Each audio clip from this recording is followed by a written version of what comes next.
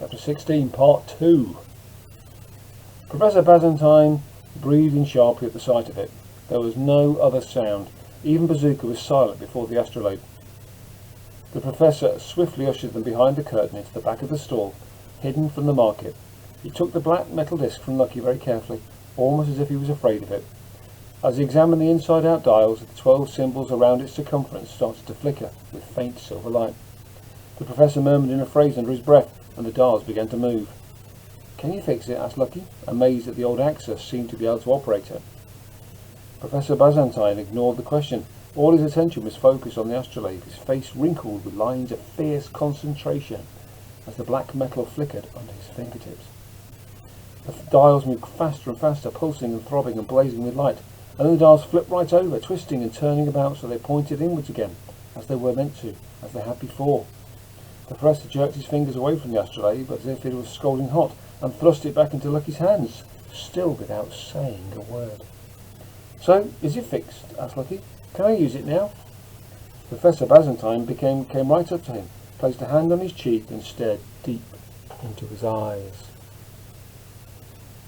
Lucky tried to hold his gaze, but the old Star Talker looked into him the same way Mystic had, openly, nakedly, reaching right into the centre of his brain.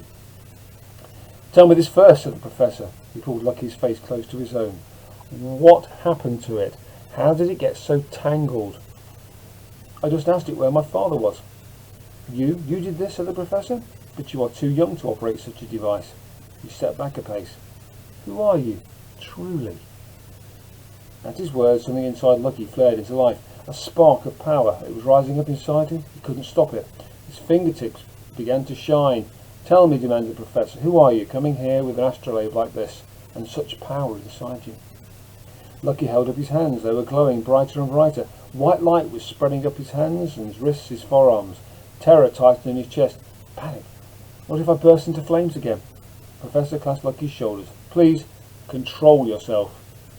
But the light was growing stronger, illuminating the dusty curtains and fragile contents all around them, threatening to combust into scorching flame.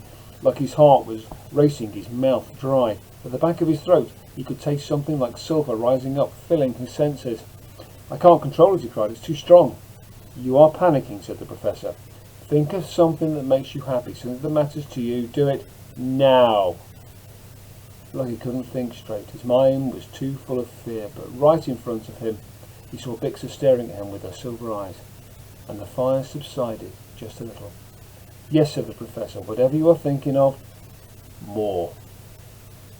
Lucky didn't move, he didn't think, he just kept looking straight ahead at Bixer. Gradually the panic eased, the fear ebbed away, and as it did so the glow faded from his hands, and the light stopped streaming out of him at last. The professor let him go. Lucky's heart was still racing, he felt exhausted, but he hadn't burned. This time he hadn't burned. The professor's words had saved him. The old Axer turned away from Lucky, hands trembling, shaking his head. Bixer and Frolix were both gaping at him, eyes aflame. It was the first time they'd seen his power in action. They seemed unable to speak. "Please don't be afraid of me," he said. "I don't want to hurt anyone." "But have you?" said Professor Bazantine. "3 Axer pirates," said Frolix, finally finding his voice. "They were armed to the teeth. Seems he talks to them with his bare hands. Nothing left but ashes." "I didn't mean to do it," protested Lucky. "Until you learn to control your power," said the professor, "you will keep doing it, and worse." "But how do I control it? It's so strong." "It's not something separate from you," said the professor. "It's part of you. It is you. Therefore, the only way to control it is to control yourself. If you panic, then of course it will overwhelm you. To keep it in balance, you must retrain your mind, your feelings, your body." He squinted at Lucky's hands. "What else can you do other than kill people?" "I think maybe I can hear the stars sometimes." "Mystica reckons he might be a new kind of Star Talker," said Bixer quietly. The professor twisted his whiskers. What do you think, boy?"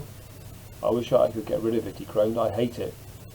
Professor Bazantine looked startled. "Get rid of it? Our legends tell us that when people have such powers, it is always for good reason."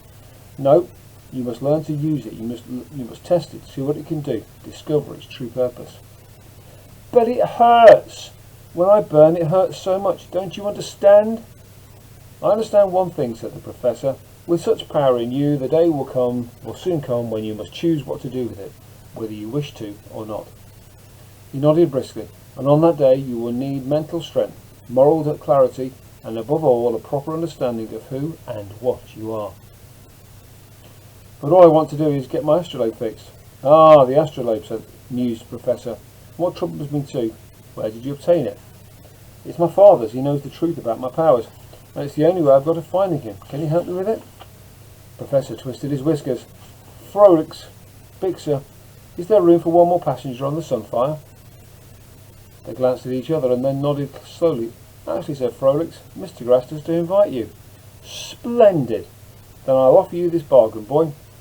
I will come back to the ship with you. I will accompany you and assist you with the astrolabe as you ask, and in return you will submit to my teaching. Teaching? Said Lucky, surprised. What teaching? As Star Talker of the past, I know certain things about your power and the legends that lie behind it. I can help you learn to use it, painful as that will undoubtedly be. He surveyed the ruins of his stall. Understand me? I will be travelling with you, and I do not wish to travel with a human time bomb. So I will help you, but only if you submit to my teaching. His eyes glittered. Do we have an agreement? Lucky looked away, stomach churning. He couldn't face the terrible fire again. Whatever the Professor claimed, he felt sure the power would overwhelm him next time. It would burn right through his body and his brain, that scalding light, scorching flame. It would destroy him and everything around him too. But his father was out there in trouble, a prisoner. He needed Lucky's help, and if the Professor really could teach him how to stop the fire... He looked at the astrolabe. It glimmered and shimmered and shone with starlight, as if it was calling him on, pulling out some invisible cord inside him. All right, he replied, although he could hardly believe he was saying the words. If you'll really help me find my father, let's get back to the ship. So, back to the Sunfire. What can we do with that chapter? I think there's an image there too that's been created of the caverns, the marketplace. Maybe a phoenix as well, a bazooka. Thank you very much. Bye for now.